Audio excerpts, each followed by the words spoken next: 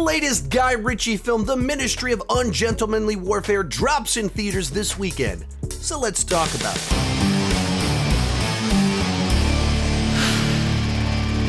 Hi, my name is Sean, and I love to talk about movies and TV way too much. With that in mind, go ahead and join me down below in the comments section. Share your excitement level for the latest Guy Ritchie film, and if you've seen it, what did you think about it? Now, I went into this movie actually very excited to check out this film because, first off, Guy Ritchie is one of those directors that was very formative for me back over 20 years ago when Snatch and Lock, Stock, and Two Smoking Barrels came out. I was just at that phase where I was discovering movies that weren't just gigantic blockbusters, and then this new, fresh director, Guy Ritchie, appears on the screen, and I absolutely adored his films. Now, he had some ups and downs over the 15 years afterwards, but always had like a fondness for what he was able to do at the beginning of his career. And I think that he's been on a hot streak over the last several years where, starting with The Gentleman, he just started making a bunch of movies that are very much my kind of thing. Whether spy films, action films, whatever they are, I've enjoyed what he's been putting out. And then I saw the trailer for this movie where he's doing a World War II movie where Henry Cavill, Henry Golding, and Alan Ritchson are killing Nazis and having a lot of fun doing it. That very much seemed like my kind of thing. So this was a movie I was very excited to check out. Now that I've seen it, here's what I thought about it. Let's talk about the good. And the best thing about this film is that it is committed to having fun killing Nazis. The film itself is based off real life events, but it is a highly stylized, loose adaptation of real life events where the cast are having an absolute blast in this spy action film where they are playing these wild, crazy, over-the-top characters that get to kill lots of Nazis. And the movie has no agenda.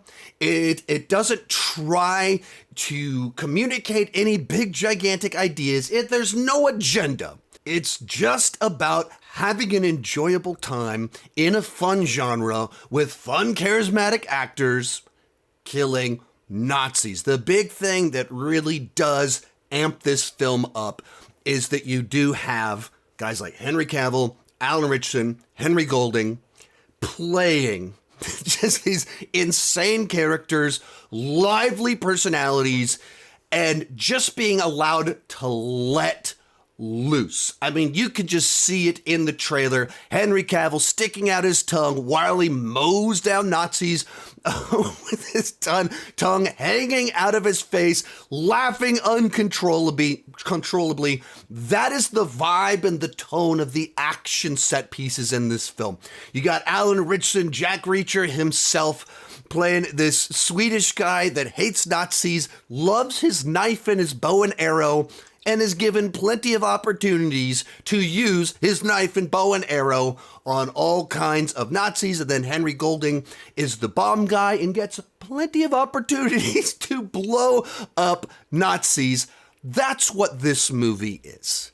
It's just kind of taking fun actors, giving them fun characters, putting them in fun scenarios, and because they're killing Nazis, you don't really need to worry about the moral ramifications of any of this. You're just like, yeah, I am totally fine with all of the Nazis being killed while people are laughing because they are Nazis.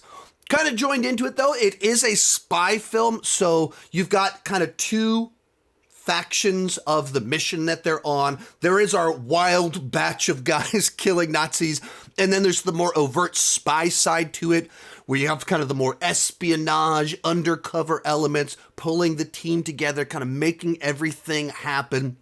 And so it has a bit more to it than just action set pieces, and you can kind of see the have these moments where history sometimes is just as interesting as the movies. This is stylized and obviously not trying to be historically accurate, but you get a flavor for some of the real things that did take place and how they were able to infiltrate this Nazi camp and create kind of this wild adventure.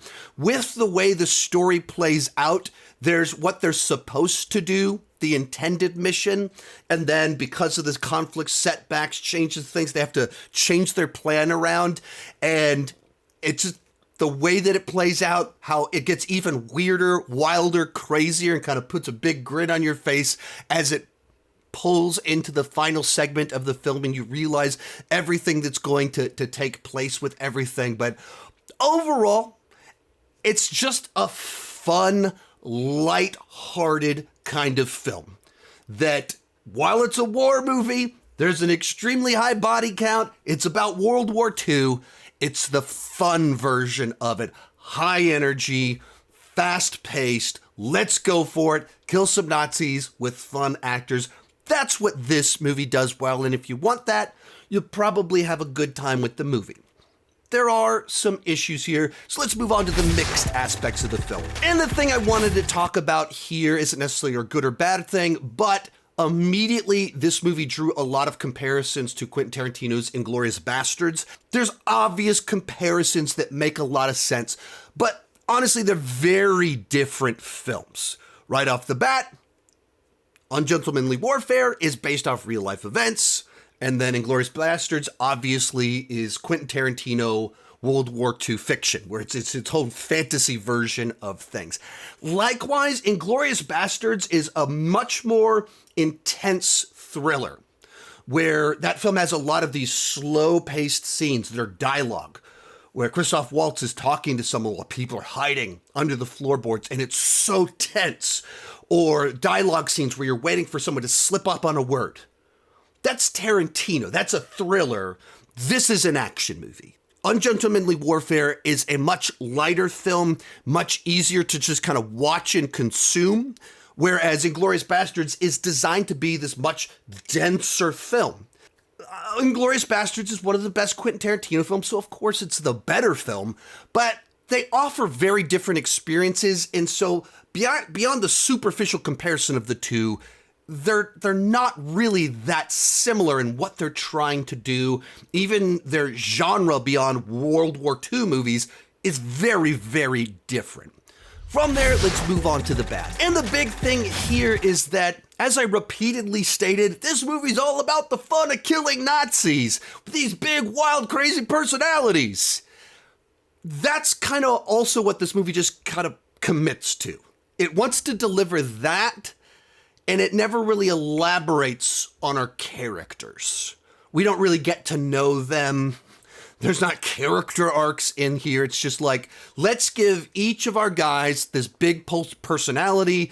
Let's give them this one trait. We'll tell you in one couple lines of dialogue why they like to kill Nazis, and then we'll send them out to go kill Nazis. That's as in-depth as we're getting with any of these characters.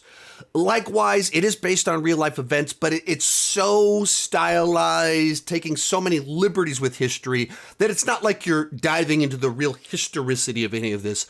So inherently, it's style, fun, over substance. The other big issue is that the movie is so enamored with just mowing down walls of Nazis that it's effortless for our team. And that's fun, the first action set piece where they just effortlessly kill all the Nazis. Like, yeah, you got them. But then in every single action set piece, every camp they go to, every boat that they're on, they're basically in God mode. Every time they fire, they hit the Nazis. Whenever the Nazis shoot at them, they miss. So there's no tension. There's no major setbacks. There's no consequences for our heroes that are meaningful. They just are victorious. Walk their way through the camp, always winning. And that's not as interesting. It's not as compelling. And when you put these two things together, you can immediately imagine a better version of the same film that has all the fun. We're still killing Nazis. We're still wild, crazy characters. But you give the characters a little bit more backstory, a little bit more of an arc or a journey. You get to know them, so there's some emotion to who they are. And then you add setbacks in the action set pieces where eventually they're not just mowing guys down. It's actually difficult. You have someone fail at something. Maybe a member of the team dies. Something that gives weight to it, that gives meaning and depth to it.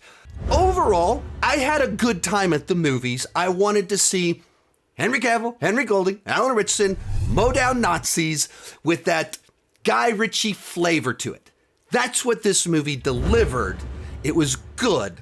It was not great because I could easily imagine the version that was better, and that little change right there could have taken it from a good Guy Ritchie war film to a great Guy Ritchie action war film. Overall, it's a B on the entertainment scale, a 7.5 out of 10, and it's worth seeing if you're a Guy Ritchie fan or a fan of World War II action movies. Really fun performances from our lead actors. Let me know what you thought down below in the comment section. Thank you so much for watching, and keep talking movies and TV too much.